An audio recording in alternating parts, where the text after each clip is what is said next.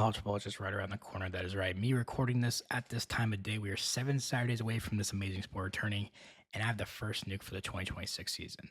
I have 70 units on this, $50 a unit, $3,500, one of the biggest bets I've placed in my life. You should be tailing this too. Now, before I get this out, quick little introduction about myself. I'm sorry, I got to do it. It's my first video out there. My name is Charger. I'm a big time gambler, and I run one of the most active gambling discords out there. It's a community. It's not one of those premium bullshits where you're going to pay to see shit. We just hit 3,000 members, and we have cappers ranging from every type of sports, every type of esport. So yes, for you gamers out there, you can join too. So if you guys want to check it out, the link will be in the description below. It is free to join. But nonetheless, let's get to this nuke.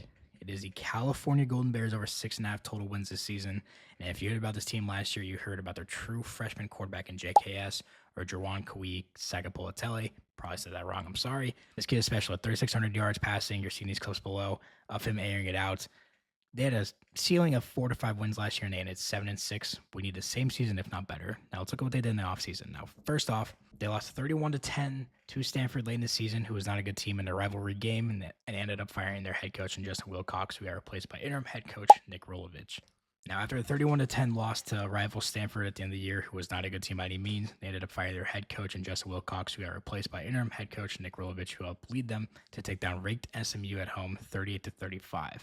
Now, for those of you who don't know, this knocked SMU chances out of the playoffs because they weren't able to compete for the ACC championship. Coaching-wise, they went ahead and hired Tosh Lupoi this offseason. I hope I'm saying that name right. The Tosh Lupoi, who was the defensive coordinator for the Oregon Ducks over the last few years.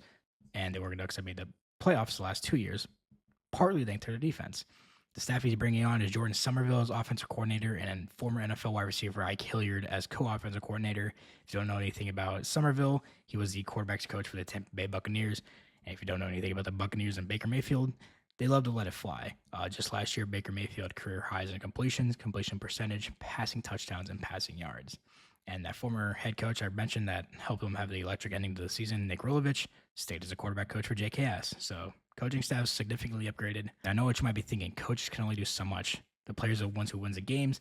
Cal doesn't have a big name like Alabama or Texas.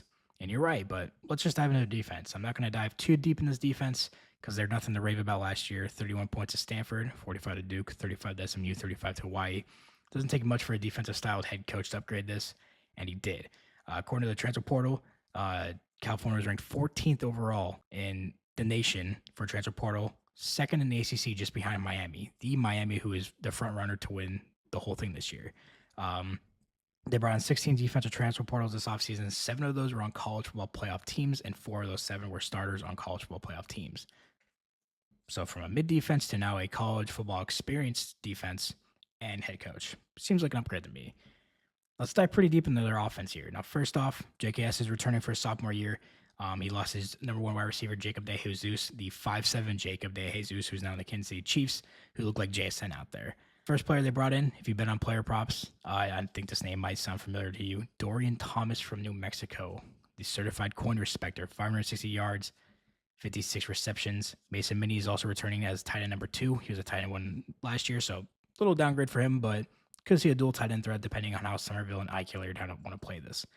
Wide receiver-wise, how about 2025 MAC leading in receiving yards, Chase Hendricks from Ohio. Rutgers wide receiver number 2, Ian Strong as their wide receiver number 2. They returned their wide receiver number 3 in Jordan King, and they also have transfer from Oregon with high praise, Cooper Perry. And you might be thinking, hey, it's a lot of weapons. It is, but what about the run game? How about Adam Mohammed from Washington, the running back number 2 with over 500 yards in the ground and over almost 150 yards in the air? Seems like an upgrade to me. Now, last but not least, we need to look at their schedule. According to some sites I found from last year, California had a projected strength of schedule of 69 overall, and this year they're at 55, so a slight upgrade. This is the schedule in order of when they play them. They have at home UCLA as a season opener, at Syracuse, home versus Wagner, Clemson, at UNLV, home versus Virginia Tech, Wake Forest, at SMU, at NC State, at Virginia, and then they end the season at home versus Stanford and Pitt. Now, personally, UCLA game, I'm going to scratch this out. I think they go 7-4, not counting the UCLA game. 2 first-year head coaches. It is at Cal. I am slightly leaning for Cal because it is at Cal, and I think they'll be more put together than the 45 transfers for UCLA. And honestly, I take JKS over Nico any day of the week.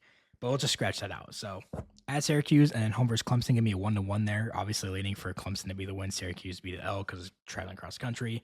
Wagner will be a win. At UNLV should be a win. Virginia Tech, Wake Forest can be 1-1 trade there just in case James Franklin does have it figured out with Virginia Tech. And then I'm going to go 1-2 with the road stretch there towards the end of the season with at SMU, at NC State, at Virginia. And I think they finished 2-0 versus Stanford and Pitt at home. Stanford will be a rival game. They lost a lot this offseason. And if you know anything about Pitt over the last 5 to 10 years, they always start off strong, then they lose out. It's just every single time. So personally, that gives them a 7-5 record there if we're counting UCLA as a loss. I think the ceiling for this team could be 11-1 if they have everything figured out. They have a real defense here, and JKS keeps progressing.